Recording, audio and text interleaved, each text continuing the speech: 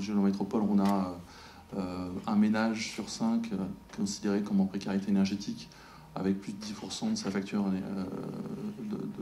de ses revenus qui partent dans sa facture énergétique. On a du coup une grosse partie de ces logements, pratiquement la moitié, ont été construits avant les années 70. Donc on n'a pas une énorme performance énergétique, hein, on est sur des étiquettes E, F, G, pour comparer avec vos étiquettes énergie, frigo et autres. On a à peu près des niveaux de chauffage qui oscillent entre 900 et 2000 euros en fonction de typologie de logement. Ce qui peut être intéressant, et je reviens sur la partie économique, c'est qu'effectivement, d'arriver à travailler sur la maîtrise de l'énergie, de faire travailler les entreprises locales et de capter une partie de cette déperdition, hein, de la réduire, peut permettre de réinjecter justement cette économie. Les artisans sont obligés d'avoir le label RGE, donc RGE c'est-à-dire reconnu garant de l'environnement, anciennement reconnu Grenelle de l'environnement. Et ça veut dire que les particuliers sont obligés de choisir un artisan qui ait ce label-là s'ils veulent pouvoir bénéficier des aides financières. C'est relativement contraignant pour les artisans parce que ça veut dire que c'est des formations, donc du temps à passer, de l'investissement, de l'administratif aussi parce qu'il y a pas mal de dossiers à faire. Et par contre, c'est quand même un plus pour le particulier parce que c'est-à-dire qu'il a en face de lui un artisan qui a eu une formation qui est rapide et qui n'est pas forcément infaillible, mais c'est toujours un petit plus. Et puis que l'artisan est audité régulièrement sur ses chantiers. Aujourd'hui, c'est bien nos professionnels qui sont formés et c'est le professionnel qui va devoir valider les travaux qu'il propose à ses clients. Et là, maintenant, je pense que les choses vont s'organiser un petit peu mieux parce qu'un des freins, justement, à l'accompagnement des projets de clients, c'était cette complexité, cette technicité de l'éco-PTZ. Preuve en est le volume distribué de ces éco-prêts qui n'a pas cessé de descendre depuis 2 ou 3 ans maintenant. On a à peu près 20% des artisans qui sont aujourd'hui formés, labellisés RGE. Dans notre point de vue, c'est quand même insuffisant. Enfin, ça peut répondre peut-être à une partie des travaux, mais certainement pas à l'enjeu, en tout cas, qui est devant nous.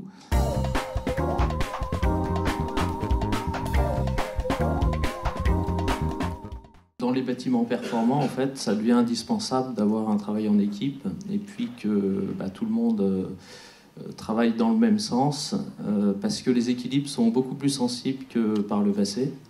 Et donc, si chacun reste dans son coin à faire juste sa tâche, sans se préoccuper des impacts de son travail sur les autres lots, eh bien, on arrive à des contre-performances, en fait, et de l'insatisfaction du côté des maîtres d'ouvrage, des occupants. Donc, c'est très important, en fait, de travailler la coordination. Le bâtiment, c'est un système global. Il fonctionne comme un tout.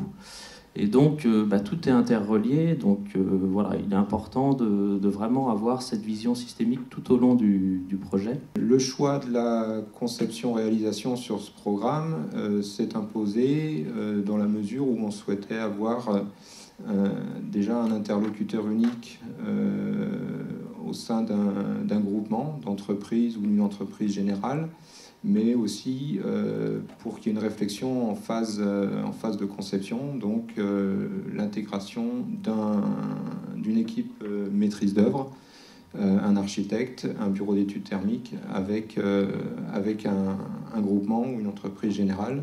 C'est vrai que quand on travaille de façon plus classique, les tâches s'enchaînent les unes après les autres et l'entreprise n'a pas de rapport avec le concepteur hormis au moment où le chantier démarre. C'est intéressant et je crois vraiment ça apporte vraiment une grande plus-value de s'appuyer sur l'expertise de l'entreprise en entreprise générale et sur son savoir-faire. L'équipe du coup repose sur je dirais un trépied assez équilibré entre la vision du maître d'ouvrage, la vision de l'architecte et la vision de l'entreprise. Là, on s'appuie sur l'expertise des uns et des autres et le résultat, c'est que le projet, il est fait non seulement dans les temps, mais dans les coûts qui étaient prévus à l'origine. En tant qu'entrepreneur, moi, ce que j'ai envie de dire, c'est que c'est d'abord une expérience humaine intéressante parce qu'on est au sein d'une équipe avec un architecte, avec un bureau d'études et tous les clivages qu'on connaît qu'on peut connaître d'habitude, là ils sont gommés, ils n'existent plus. Par rapport à la performance, ce qui est intéressant sur ce type de marché, c'est qu'on est engagé, c'est vrai, sur un prix, on est engagé sur un délai, mais on est aussi engagé avec une vraie obligation de résultat sur la performance. On forme nos salariés, on les suit, on leur explique surtout pourquoi il faut faire de cette façon-là. Quand on ne peut pas le faire en interne, eh bien, il y a des formations qui existent, comme le FIBATR et maintenant des formations techniques, et il faut envoyer ses salariés en formation. C'est ce qu'on a fait pour certains salariés. Nous, on peut avoir tout formé, on peut mettre en place, et le corps d'État qui vient derrière, il peut abîmer ce qu'on a fait parce qu'il n'a pas compris. Donc là, c'est le travail ensemble qui est important, et que les autres corps d'État, qu'on se connaisse entre nous, et à partir du moment où on se connaît, qu'on a une façon de travailler, qu'on sait, qu'on a l'habitude de travailler ensemble et qu'on se fait confiance, le travail, on arrive à une performance puisque le travail est beaucoup plus fluide.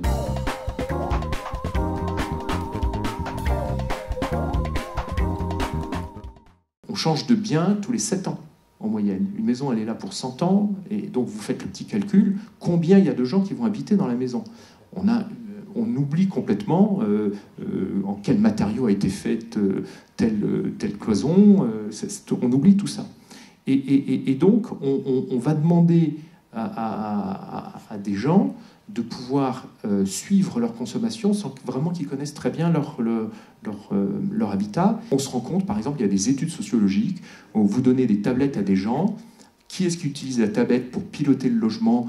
Dans le couple, ça va être monsieur qui va s'amuser la première année. Le plus difficile, c'est comment on passe à la 2e année. Est-ce qu'il va avoir envie de recommencer ? Il va avoir entre-temps un autre joujou, mais ça ne va pas être celui-là. Et à ce moment-là, justement, ce qui va être important, c'est le couple. C'est le conjoint qui va aller chercher autre chose que le jeu pour pouvoir piloter le logement. Tout ça, on va mettre énormément de temps à introduire ce genre de choses.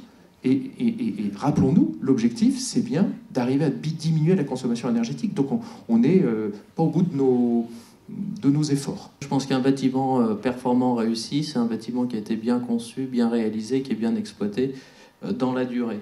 Soit les concepteurs partent sur de la technique, de la technologie, donc on est plutôt sur des GTB, GTC, gestion technique du bâtiment, de la domotique, etc. Où là, en gros, ça va être par l'intermédiaire de logiciels, etc., qu'on va piloter le bâtiment. Puis une autre école où on est sur des systèmes plus simples, où on mise sur l'occupant. Et en se disant, l'occupant va ouvrir les fenêtres, c'est lui qui va régler l'éclairage, le chauffage, etc.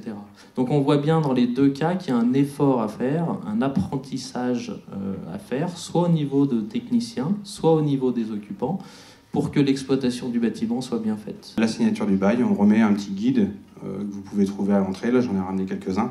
Le guide d'usage BBCB POS, où on donne 10 conseils.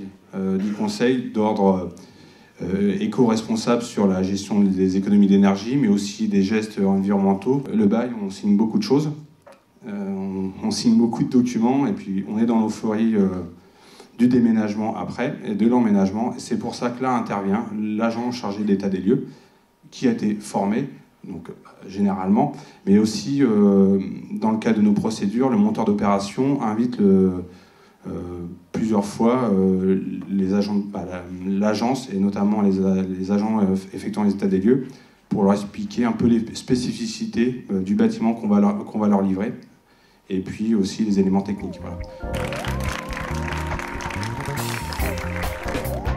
J'ai été sensibilisé sur l'efficacité énergétique avec tous les tenants, les aboutissants, et que c'était une vision de manière globale sur tous les corps d'État.